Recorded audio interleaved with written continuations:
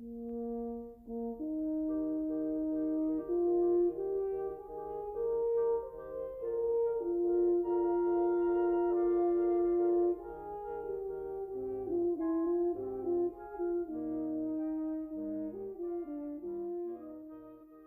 everyone, and welcome to episode 2 of the Film Score podcast. This is your host Nick, the Film Score.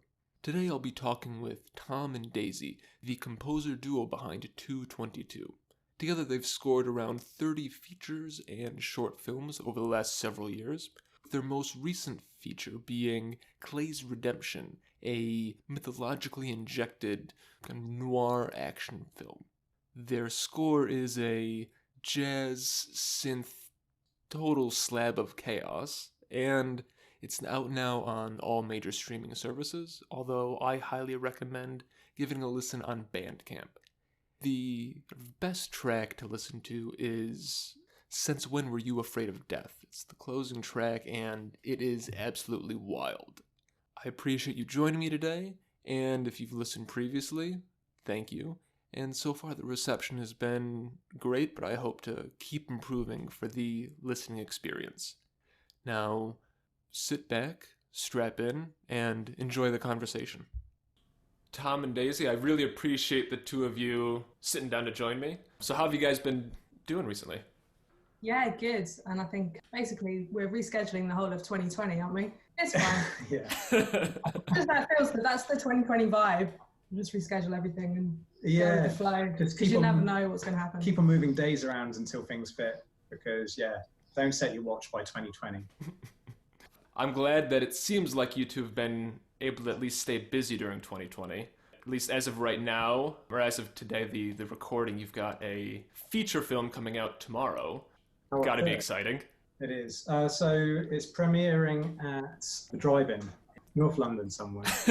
It's the first cinema that I've been to we've been to in 7 or 8 months now. Oh, actually, no, I think Joker was the last film that we saw in the cinema, so probably a little bit earlier. So it's the first time that we're going to see a film on the big screen in quite some time.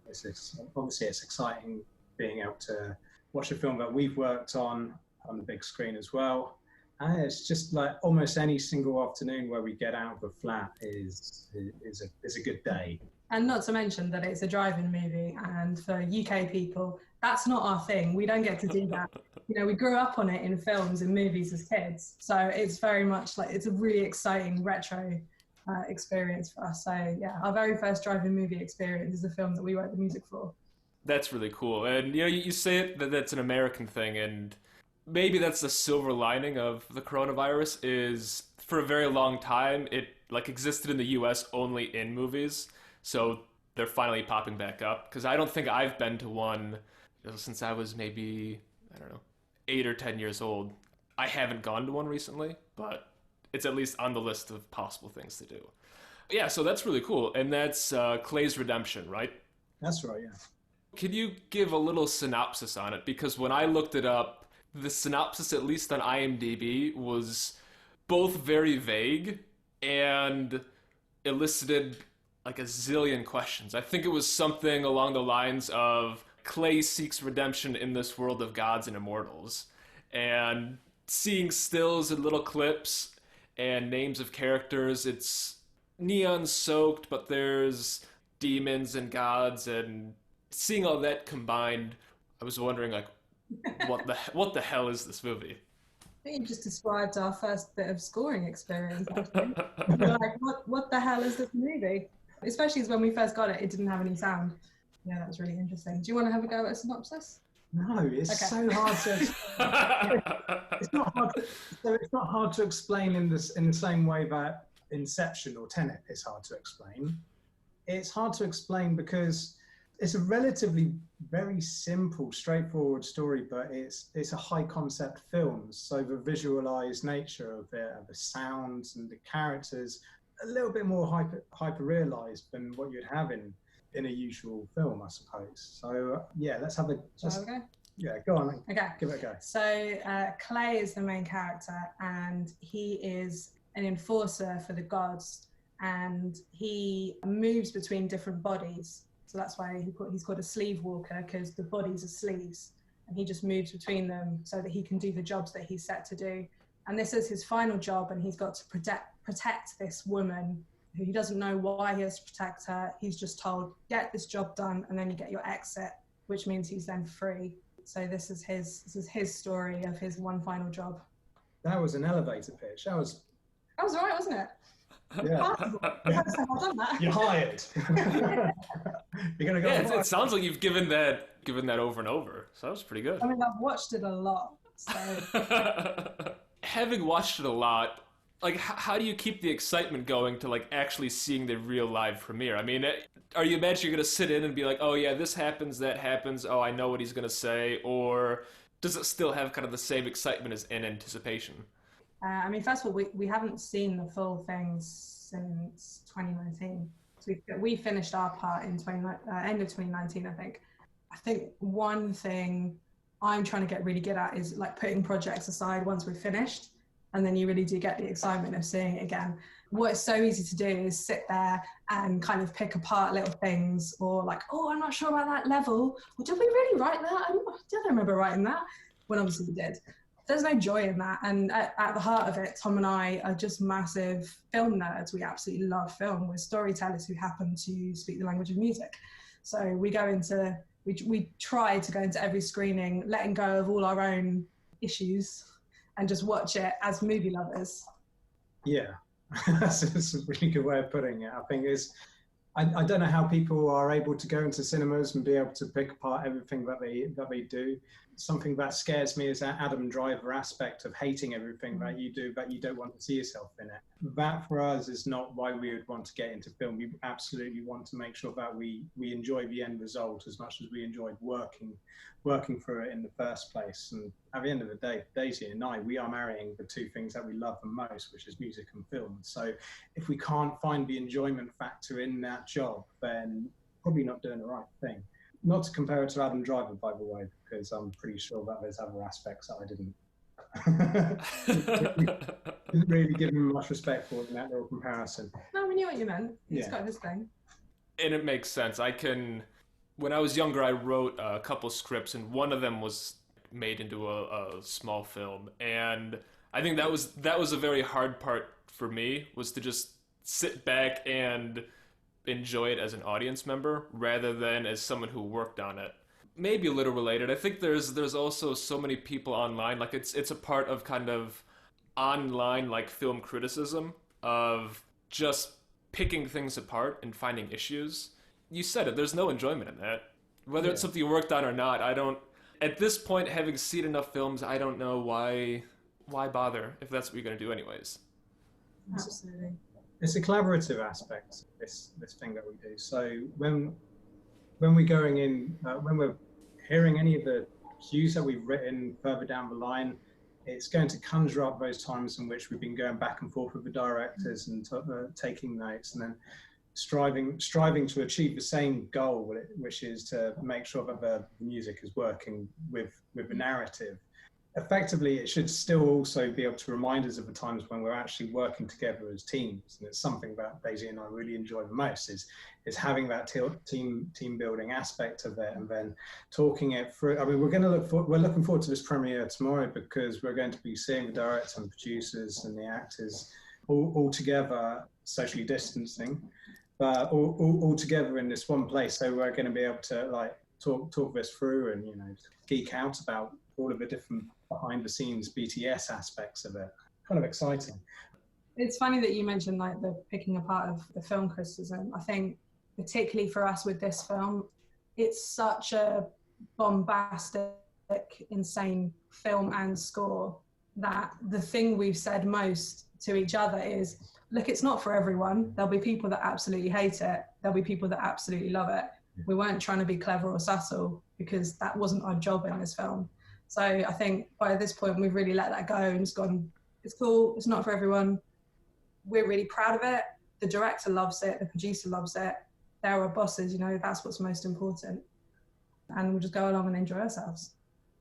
It makes sense. And I think that's such a good, healthy perspective, because I've seen so many films that either I've disliked or that I've liked and so many other people don't. And it's for that exact reason that it's maybe not for a particular type of person, but a particular type of person's gonna enjoy it more.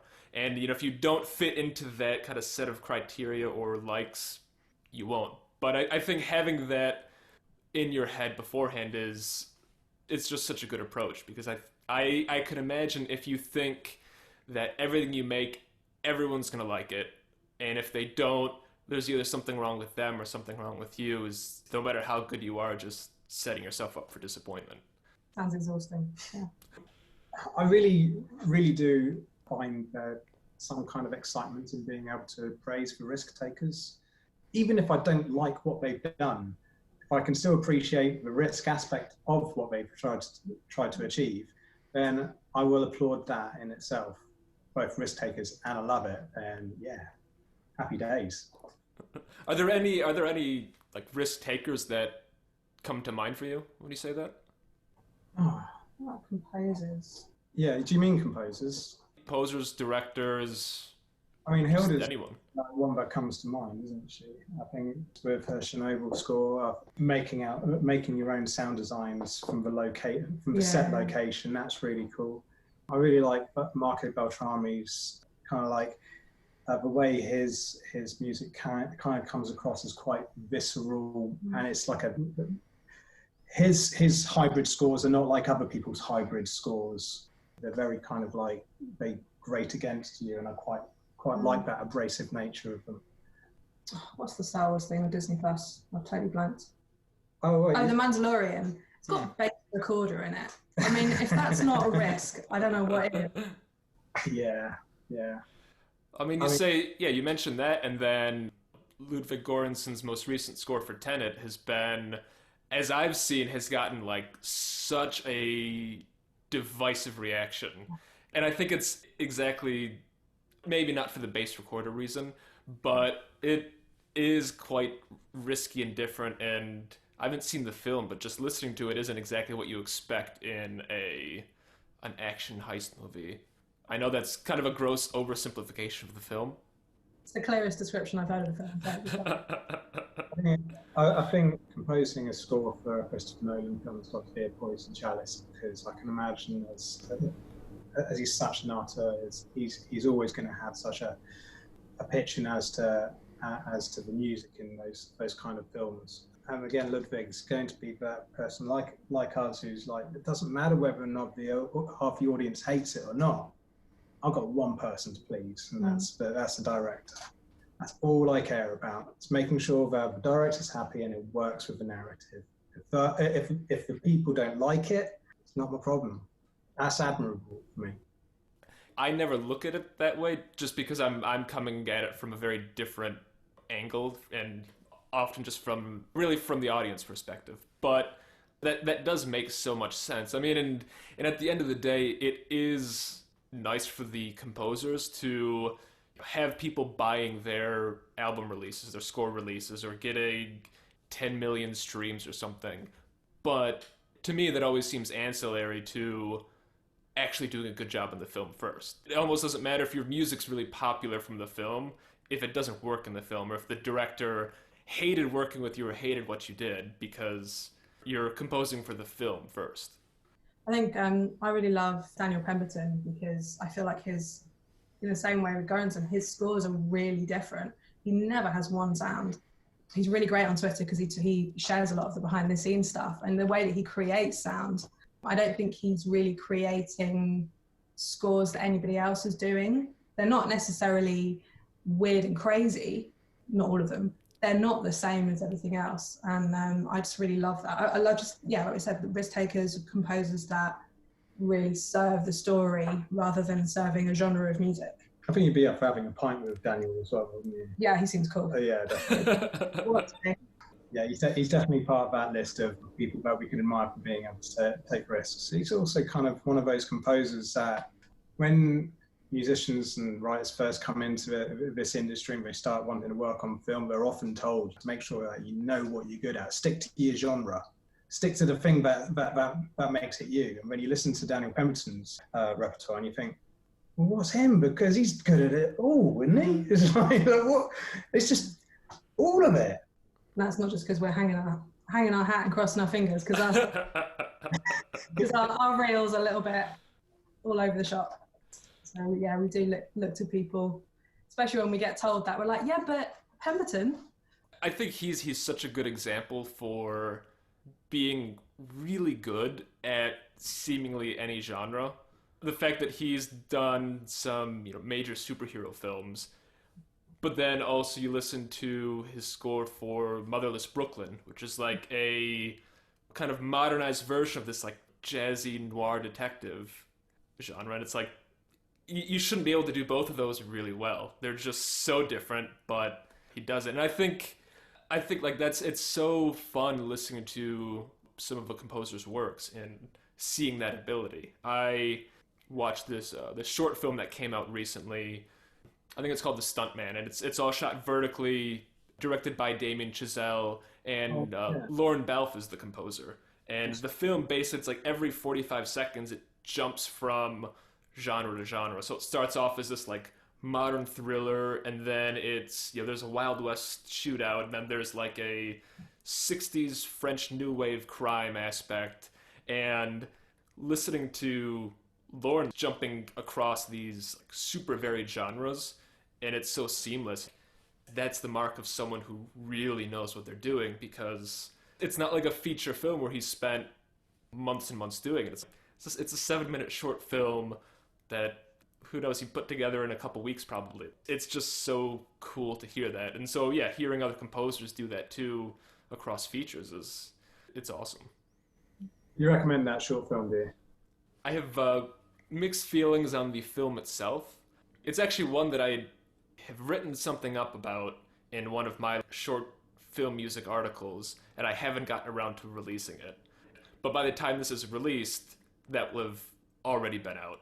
One of my views with short film is, unless it's just awful and there's nothing redeeming at all, when something's 5 minutes or 10 minutes, if there are worthwhile aspects to it, everyone can find 5 minutes to watch something. It's not the best short that I've seen. There are definitely interesting aspects, and it being shot vertically does lend itself to some interesting shots that, you're literally never going to see right now. Had I actually forwarded to you over any of our shorts? I think before this, you had sent me Satori, and then, gosh, this is maybe 2 or 3 months ago at this point. You'd sent me a few of them, and I'd watched Home by 8:30. Annoyingly, that's actually one that I've written something up about as well. That's in that article that I haven't published yet. Had I timed things correctly, would have been up. You could have seen it. Who's judging? Grease the interview a little bit more, but That suggests it's a good review. Interesting. Well, he's telling us about it, but he's not telling us what's written in it. So well, one of the things for me, I generally try to avoid giving bad reviews, like not to sugarcoat everything I hear, but it's like if I hear a score that I don't like or that don't find at least some interesting things to talk about, I'm just not going to write it, because it's not like I'm a weekly critic getting paid by a publication. It's like it's something that I'm doing because I'm interested, because I don't think there are enough people writing it about this sphere. I'm not going to waste my time being negative. There's too much negativity. We're in a pandemic. I'll save it for later. Could not agree more. Yeah. So one of the things that I was wondering about, and I'd actually like to talk about the film, about Clay's Redemption a little bit more and the score. But before that, what's your general collaborative approach? Because obviously most composers are individual people, and you have some composer duos, but it's still relatively rare. So how do the two of you approach a film? how do we approach a film? It's never one thing. How did we approach Clay's Redemption? God, it's so long ago. Sorry, Nick. I think there's two aspects to it. There's the way that we collectively work, which may be, the questions of do you work from script or do you write themes, all of that. In terms of working as a duo specifically, it's really shifted over the years. I think when we first started together, we had very different skill sets. And so it worked really well. We always used to describe it as like Tom would sketch and then I would colour in, and then we'd add more colours. But as we've worked together, we've really, I think we've absorbed each other's skill sets. There's a lot of crossover, isn't there? It's a Venn diagram, and somewhere in the middle of that Venn diagram is the film score's result. Yeah. You know? Yeah. So it does depend very much on our kind of personal relationship with the film. So whichever one of us feels they have the real connection, we'll probably start. We'll probably, chuck some ideas down. I think the massive bonus of working with a composer partner, and why I have no idea why no one else, well, very few other people do it, is that when you hit that writer's block, you can step up, go make a cup of tea, and the other person can sit down and carry on. How is that not the best thing in the world? From a filmmaker's perspective, knowing that there are two people that are going to be thinking about what kind of sounds could be brought to the table for that story at any one time is so much more of a benefit. I mean, I tend to think about this kind of stuff before we started even writing any of the ideas or sketching stuff out. Start thinking about sound palettes in my head as I'm brushing my teeth before I get into bed, and when I do, I'm talking to Daisy about it. Not everyone has that kind of collaborative approach to being able to do those kind of things. The same with Daisy.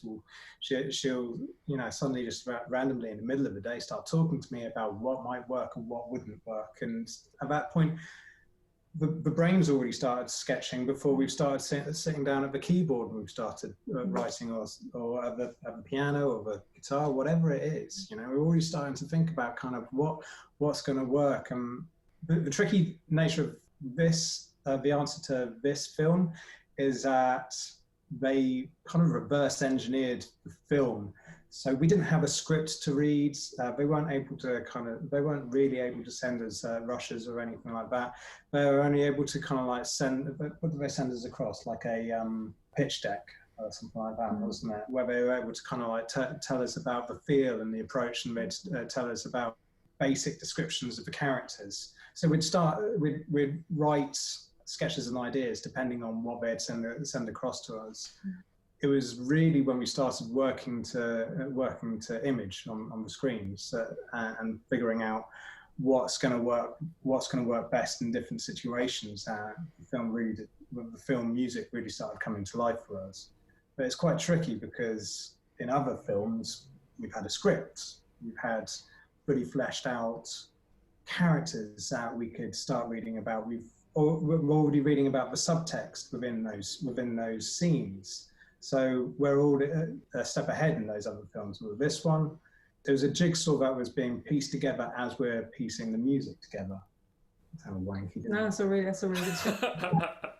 Well, that's exactly what it felt like. And I think because the director of this was he's a big fan of themes and strong ideas.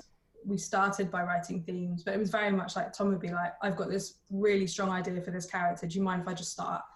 Whereas I might feel for another character, so I'm kind of coming at it from a different angle. But with everything, we're sharing the composing, we're creating the sound palettes, very much with the exception of sort of saxophone and guitar, which I play saxophone, Tom plays guitar, and Tom does all of the drum programming. He's absolutely amazing.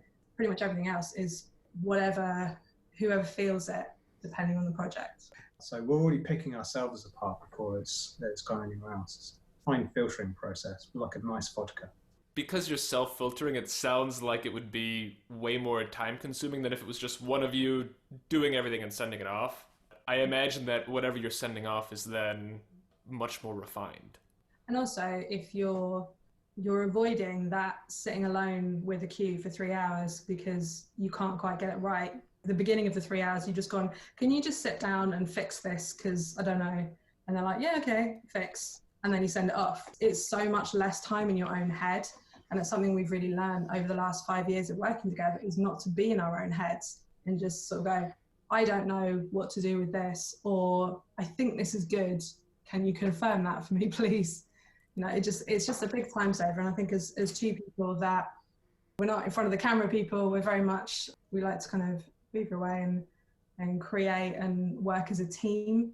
It's just a really good process for us. Yeah. Because you can't do this without trust, and we 100% trust each other. And if the other person says no, then you know they've got a really damn good reason, and you might fight for it, but at some point you're like, okay, well, if you don't think it's not going to work, pretty much that director's not going to think it's going to work. So leave it, move on, done. I think that's a really good point. So does that kind of trust that the two of you have built up kind of stop any sort of more heated moments where one of you is married to this idea and the other person is saying, like, no, that doesn't work, or no, it doesn't work in this form? I think we definitely have heated moments because we really care passionately about what we're doing.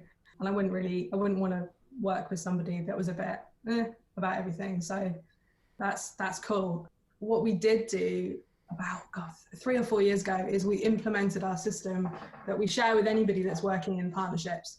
And it sounds very officey, but it's basically someone calls project manager. For example, if I have the relationship with the director and I've had like the big conversations, I'll be like, I feel like I've got a really good idea of what this is. I'm calling project manager. And pretty much the only reason, other than to be the main line of communication, the only reason is that you have veto power. So there is always a point in a project where if you're just at loggerheads and you just disagree, you can call veto, and that's it. There's no big fight. There's no, resentment or anything like that. Because you're like, well, there's a reason why you're project manager on this. You feel like you get it, veto done. And again, then you move on. It's like a political veto in the fact that it's not something that we like to use liberally. It's kind of like a reluctance in that we'll spend a good couple of hours shouting and screaming at each other, throwing plates across the room, and then someone will go, do you know what? I'm the project manager. It's just the way it goes. And that's how Just the ultimate trump card, yeah. Probably don't leave that image. That's horrible. But yeah, it makes so much sense, because the fact is we're only ever going to work on projects that we totally believe in, which means that we're totally invested in everything that we do.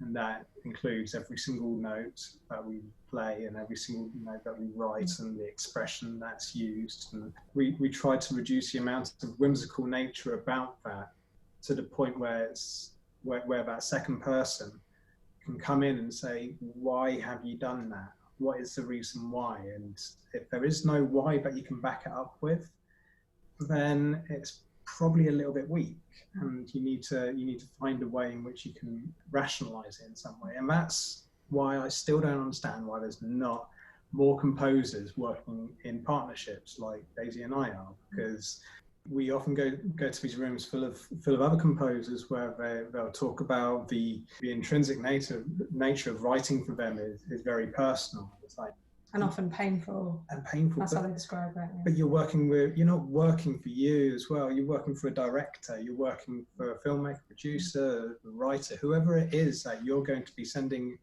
your cues off to. That's who you're working with. This is just a little bit more of a, I don't know, refined approach.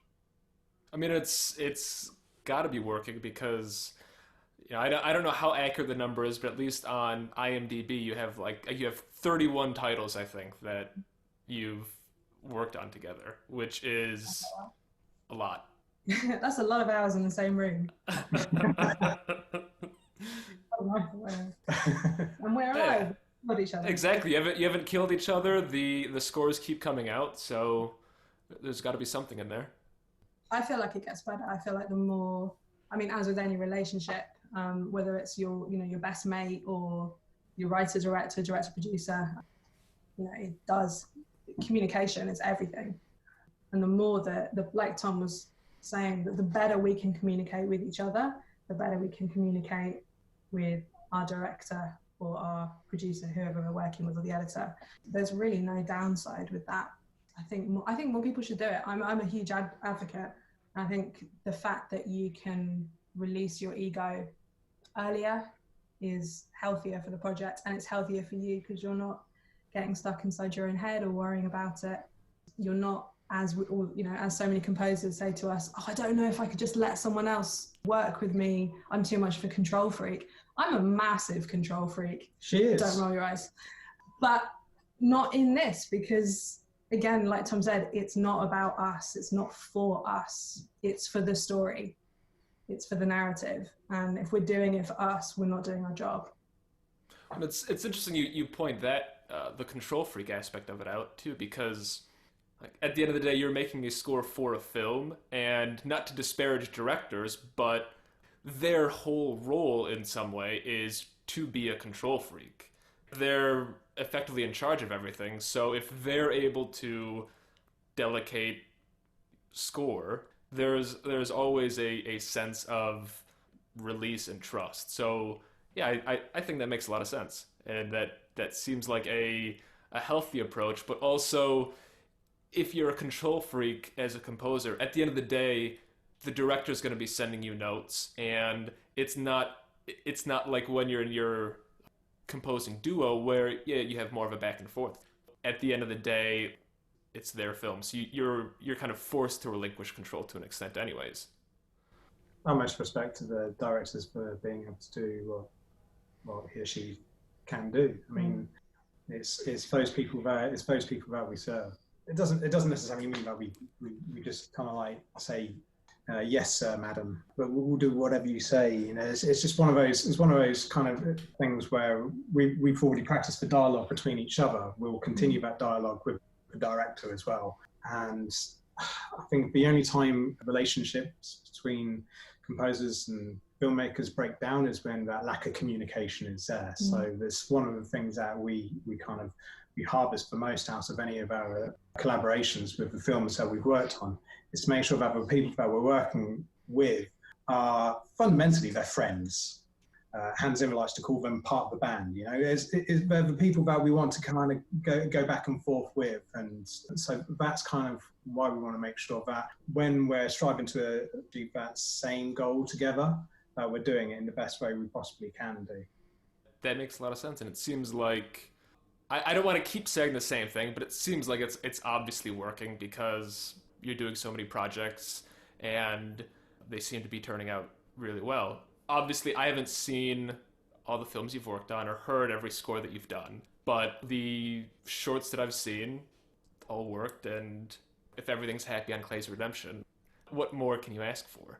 That's cool, and hopefully some people seeing this or listening to this consider the idea of composer duos, because there's a surprising lack of non-individual film composers out there. And I think especially when you compare it to bands over the last 70 years, those tend to be very collaborative processes. Maybe people see Wagner or all sorts of other classical composers coming before that and see kind of some of like the early foundational film composers and how they're all working, at least as far as credit's given, all working individually.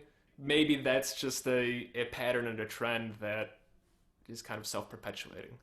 You know, it's really funny that you say that, because that was exactly what put me off being a composer when I was like 16. I think when I was a teenager, I was like a younger teenager, I was like, I want to be John Williams, I'm going to be a film composer. And then it's almost like the more that I learned, the more that I saw the same, like you said, Wagner, Beethoven, Mozart, the more that I saw the same composers, I built this image in my head of what it was. You know, sitting at a piano, blank sheet of paper, pencil, and I was like, that's not me. I can't do that. I don't know how to do that. And it wasn't until I clocked on to the collaborative nature of it and the fact that you work as a team, even if you're not in a composer duo, you work with the director and the editor and the writer and the sets and costumes, part of a whole thing. And for me, that's the foundation of joy in doing that. And I feel something I'm really passionate about is showing that process. I know Tom is as well, showing that process, being really open about it so that more people feel that it's an accessible career choice for them. Yeah, there does seem to be a lack of footage of behind the scenes stuff for composers, whereby you get to see behind the scenes, get to actually see additional composers working on things, working in tandem with each other to try and contribute to something, and then how the orchestrators and the arrangers come in, and then what it's like going into a studio. I managed to, again, like our first year of working together, I managed to find about 2 full-on YouTube videos of a recording session, and it took me ages to find them as well. And all I want to see are what kind of notes they're taking, who's taking the notes, what kind of notes are being given to them, like what kind of things is the conductor saying to the composers, who's on the microphone from the control desk, who's going to be asking all sorts of questions, like all of that kind of stuff. I want to see that nitty gritty kind of stuff. There's very little of that still. I think it's becoming more popular, and younger composers are being encouraged to create behind the scenes footage as they're scoring, in case it helps with the PR later on. And it's something we do on every film anyway, just naturally. But there's still a habit of only filming the recording room, the orchestra, the conductor. That's not the only interesting bit. For me, that's not even the most interesting bit. And maybe that's because I'm a musician, you know, I've seen it, I've done it. Like someone said, I want to know what's happening in the booth. Mm-hmm. Who are all these people? Like when I started, I had no idea. There's 7 people in the recording booth. I'm like, but there's one composer and there's one person recording, so who are the other 5? It's fascinating to sit and watch that. I would definitely encourage more composers to show a more all-round view of the process. And also directors love it. They absolutely love it. They love having the footage and they love being there and the whole experience of it. So I don't know why we don't show more of it. Every time we've gone into the recording studio, we've always brought the directors with us. It's fun. It's really good fun. It's important to realize that there is a warts and all aspect of this that you shouldn't try and gloss over to. Then just, here we go. Here's my magic piece of product that you don't know how it's made. No, I want to know how it's made. I'm more interested in how it's made now. That's the kind of thing that you want to actually see nowadays. Well, I think even from a film music fan perspective, because there are so many people who truly just enjoy the music of films as well, just listening to it on their own. And so I think there's an audience out there of people interested in how it's going and how it's made. I mean, Daisy, you mentioned that there's footage of the actual orchestra doing things, and you see all sorts of photos of John Williams composing. Those are cool, but then it feels like from the outside that there's this black box where everything else is contained, and you have no idea what's going on and the whole process behind it all. It's kind of what perpetuates this myth of genius, is the not knowing. So therefore I'll assign the word genius to this person. And it's like, there's a little bit more to it than just calling someone a genius willy-nilly. The fact is that they surround themselves with a team, but it's a collaborative process. There's so many people who are giving notes to and fro in this situation that you can't just like, the way that one person managed to control a whole 120 people in a studio, they must be a genius. It's like, let's calm down a little bit. Let's be a little bit more realistic. And it does go towards so many other mediums as well. Even authors writing novels. Yeah, it is largely a creative output from one person, but there are so many people who are also involved. You have like an editor, hopefully, that you work with, you're comfortable with, and that's pushing back or helping shape things too. And that alone, I think, is just an aspect of the creative process that really gets overlooked. And I think there's a very common narrative online, at least, that studio or editor, all this external involvement is hampering whatever is actually being made. Yeah, sometimes it's true and sometimes it's not, but that blanket statement, I think, Tom, it perpetuates what you said of this genius mentality, that the creator's the genius and everyone else is trying to stop them. Moving to your work on Clay's Redemption. Fortunately, I haven't seen the film, so I don't know how music all ties in. I've listened to the score a couple times, and so you can kind of clearly hear a few themes and hear a broader sense of a narrative going through. It is an interesting score because listening to it and kind of seeing some of the things that you've been posting, that it has this synthy electronic palette that's used in a darker and quite chaotic way. You two made it. Feel free to disagree with what I said because it's yours and not mine. What was the specific approach? How did you come to land on that palette and style for the movie? I mean, firstly, who are we to tell you what you hear? I think it's interesting to actually get that feedback. I think we were going for something not just straightforward synthesizer-based film score. We're looking to try and put as many rough edges and Grain. into it as possible. Yeah. Thank you. Yeah. The very first thing that we did was, I don't remember why either. Collectively, we were just like, this is what we want to do. We knew that we didn't want to just use in the box existing sounds for everything. We didn't want it to be shiny, and even though it's a very neon kind of film, it's not shiny neon expensive like Tron or something. It's got grain, it's got grit, it's the underworld. It doesn't sound like a score that is written on a grid. No, it is chaotic is a really good word. I like that. But the first thing that we did was record a whole library of what we call saxophone madness. So I had my tenor saxophone, and recorded a couple of nice melodies that might be themes, didn't really know, and then just loads of weird sounds. Everything that I was never taught to play on the saxophone when I was a kid, clicks and overtones and harsh, horrible noises. From that, we then manipulated that and created new sounds out of that. So that was our starting point was very chaotic. We spent a whole day recording banks of sounds on the instruments that you would not normally do on the instruments. And also for me as well, once I managed to get Daisy into this zone where she was making clicking and popping sounds that she would not normally make nor like to make in any other recording, I was like, great. Before I know it, she's like behind the felt on the piano and like making all sorts of different sounds there as well. It's all this experiment. Lots of pulses on the strings and stuff. We'd made the choice to really build from the ground up, start from an organic place rather than from a synth place, even though we knew it was going to meet somewhere in the middle in the end. We also used baritone guitar because we just before we started working on film, we had just come back from Bristol, where our sound designer and audio engineer Dom Lancaster is based. I mean, he's the other partner in 222. I saw this baritone guitar in his studio and I was like, can I use that for Place Redemption? And it's like, yeah, of course. Just give me back whenever. And before I knew it, I was like recording all of this new stuff. I mean, it's the same fingering style as playing an ordinary guitar, but when you're playing something and you're hearing a different sound come back at you, it makes you play differently.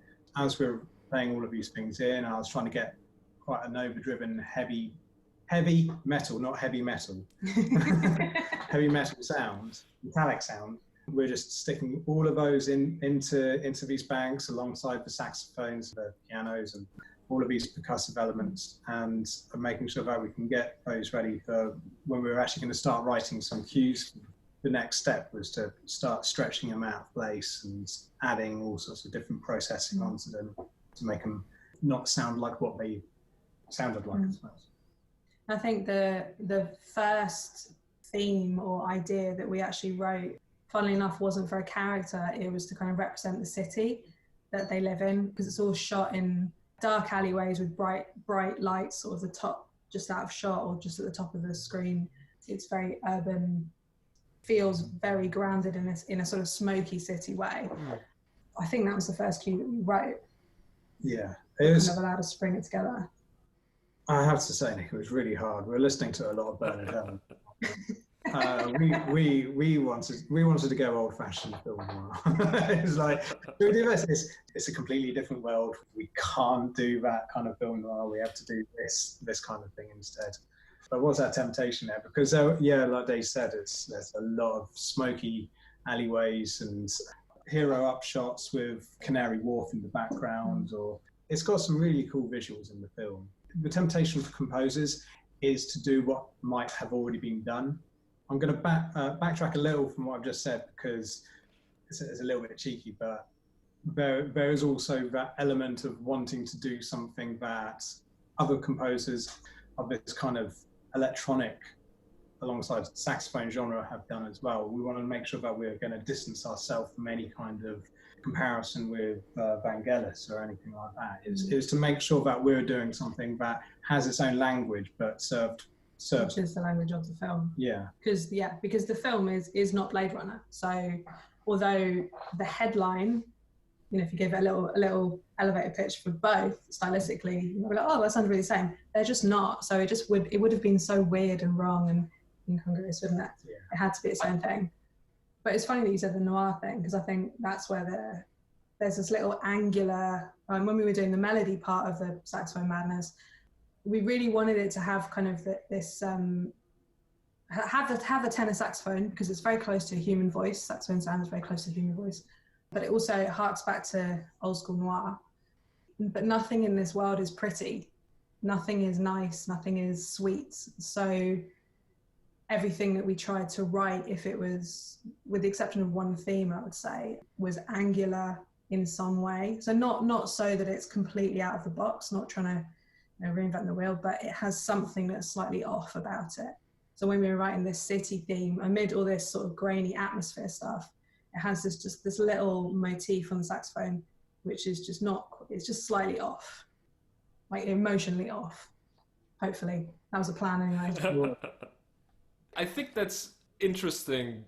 I don't even know if I want to go as far as to say like some of the genesis in film noir, but to take like a discrete ingredient that you hear so often in that music of just the saxophone, not even the kind of more traditional playing of it. Like you're just taking the instrument itself, and so you have that little bit of identity, and then just doing completely different things with it. Things that you would never have heard in those movies 70 years ago. It's a cool, quite subtle homage to all of that. The film itself has neon going on, and I think for most people when you hear neon, you're thinking of, like you mentioned, Tron, or some of the synthwave, new retrowave stuff that's really come out in the last like 10 years.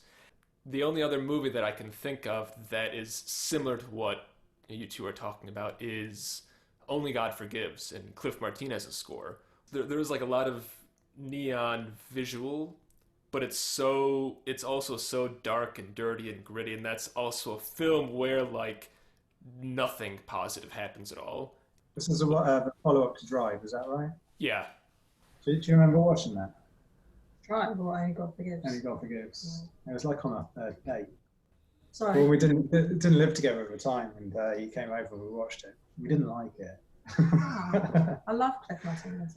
Yeah, no, Cliff Martinez is brilliant. I just don't think we could really follow the film that well. Really. But yeah, from what you're saying, that was definitely very similar to our intention with this score. Yeah, what you see in frame, that really does play a part in what you're going to be then hearing. It's one of our fundamental things that we enjoy the most is being able to see what's going to be coming up on the screen, so then we can react to that. It's a reactionary process. It's funny you mentioned like the retro synthwave.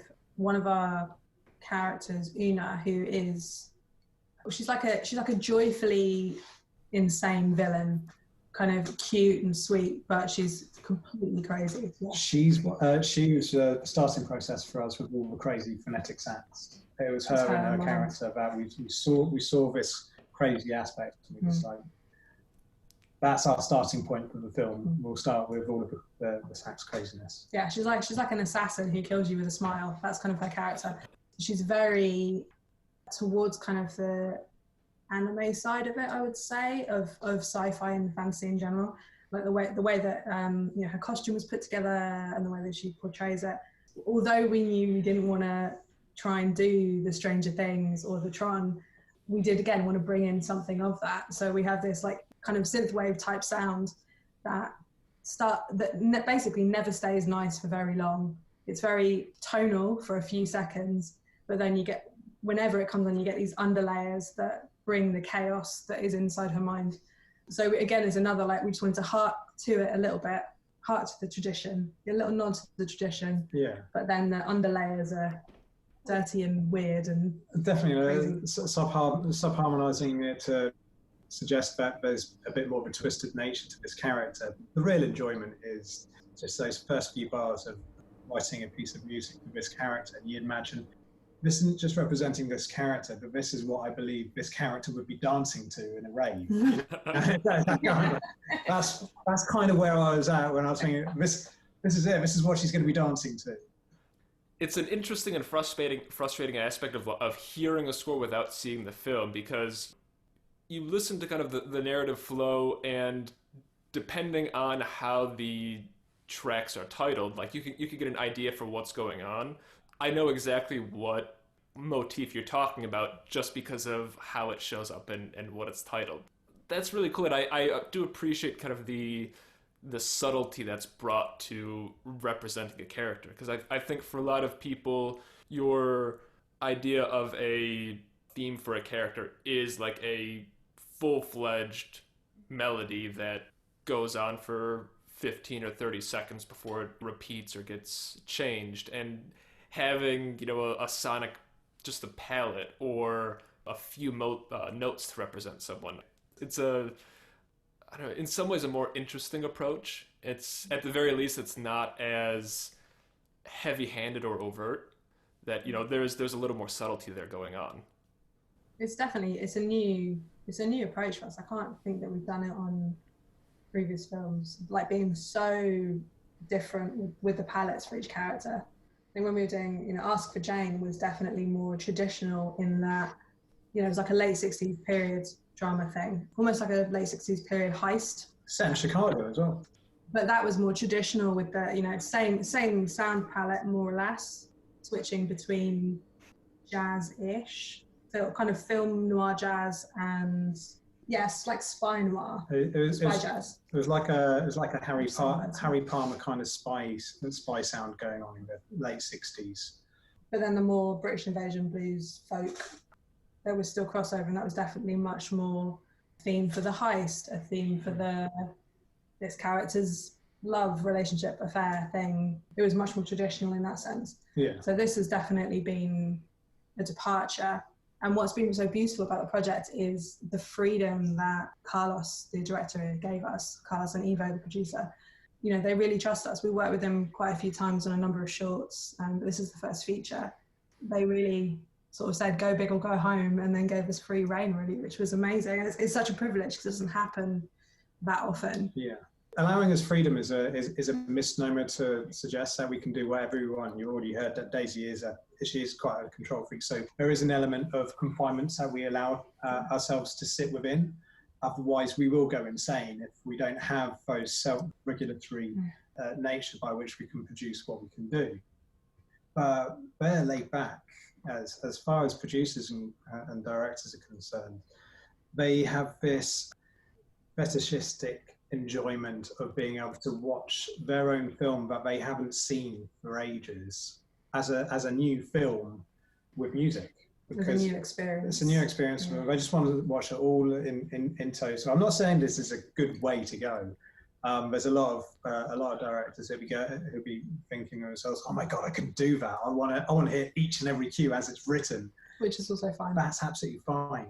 It's just these guys. There's a different thing about them that I'd love to see what they can do with a few million. If anyone's listening or watching that has a few million to spare, there you go. That's got to be so nice, because you hear more and more about temp music and how it's very limiting towards what they're able to do and really restrains kind of their approach. I saw a roundtable where I think it was Danny Elfman is like clearly upset about how that's come in. So that's got to be really nice for you to not have that restraint on top of all the other freedom and leeway you're given. I mean, we did temp film, but we just deleted that version immediately. We're not against temp music, by the way. I don't think that it's fair to say that. There's some films that we've actually worked on where the temp has been really useful to be there, especially with time constraints as well. I was going to say it depends why the temp is there. If it's an incredibly tight turnaround, I don't really know how you do it without temp unless you have a totally symbiotic relationship with the director or whoever the team is. If you've got a tight turnaround and you need to hit the beats that they want, then you need to hit the beats that they want, and that's kind of one of the best ways of portraying that, especially if the communication's not easy. You know, if there are more people involved, or you're maybe far away, if you can't be in the same room. I know none of us can be in the same room, but you know, in previous years, if you can't be in the same room, I think the real issue comes when you can't get to a place where you both understand why that temp was chosen. if you can have the conversation and it's really clear what the point of that is. So is it that it was the right pace? Is it that it hit a particular beat at a particular time and was kind of fuzzy around the edges, but that one beat, that's what the director wants? Whatever the reason, that our job is to replicate that, not to replicate the temp. I'm sure there are projects where you are told to replicate the temp. We, thank goodness, have not had to do that yet, or been asked to do that yet. But yeah, again, low level in communication, as long as you're clear what it's telling you. We work in an industry which is a show don't tell industry. For the most part, directors get to do that showing. But when it comes to the aspect of being able to actually tell the person who's writing the music what kind of thing they're looking for, it becomes very hard, especially if they don't speak a musical language. Sometimes it's worse when they do speak a musical language. It's just a lot quicker to kind of show them what they're thinking musically by using an example, and that's absolutely fine. But about 20 minutes ago, I mentioned about the communication being key as to how people work in a team. And 3 of the films that we worked on this year alone have been key to communication between us and the directors, and just knowing from the outset, before they've even started rolling any film, that this is the story that they want to tell, and this is kind of how our heads are already working with that, so we can go back and forth with them. But the fact of the matter is, like, the higher up you go, I suppose, the less of an opportunity you get to do that, the less opportunity that you have for all of that time that you can surround yourself with. I think once we get there, we can report back to you, Nick, and let you know how we're feeling about temp music then. As it stands at the moment, we get to have that time with a director where we can communicate ideas with them and communicate sketches and tones and try new stuff out. And it's probably one of the good things about being at this level. You know, it's really kind of cool. Yeah, working with indie directors, you do get a lot more time to just talk, learn about everything that's not on the screen. Even if those talks are just like geeking out about other people's films and not even talking about the way you're going to work. So we did that. Like Adam Batchelor, the director of Story, he would come over and we would just talk about other people's films the whole time and talk about what we loved watching growing up together. When Perry from Home by 8:30 comes over, he's really cool about wanting to just talk about films that he's gone to see, that he's looking forward to seeing, and then bye, got this film, bye. You know, it's like it's really cool. That's the kind of thing that we really appreciate right now. It's really annoying that that's the last thing that you've said, because I love doing that too, going on and on about films, just ignoring whatever the purpose of a meeting or call is supposed to be. And I'd love to do that right now, and I hate to cut this short because I think we could have kept talking for another few hours. Like I said at the very beginning, I am so happy that the two of you came to talk with me, and I think this was a really nice chat. If we went on any longer, Daisy would be on Skyscanner looking up flights to Chicago. I was just going to say that. Yeah. So we'll schedule this re-chat for when we're in Chicago, when we're allowed to get on the plane. Don't worry, we'll finish it. Thank you so much for having us. It's been such a joy chatting to you. It's been really lovely. Yeah, thank you very much for looking after us, Nick. Don't even thank me. You two are the ones doing me the favor. Thanks again. The two of you have a good night. I'll be talking to you soon. Thanks a lot, Nick. Cheers, Nick. You too. Take care. Bye-bye.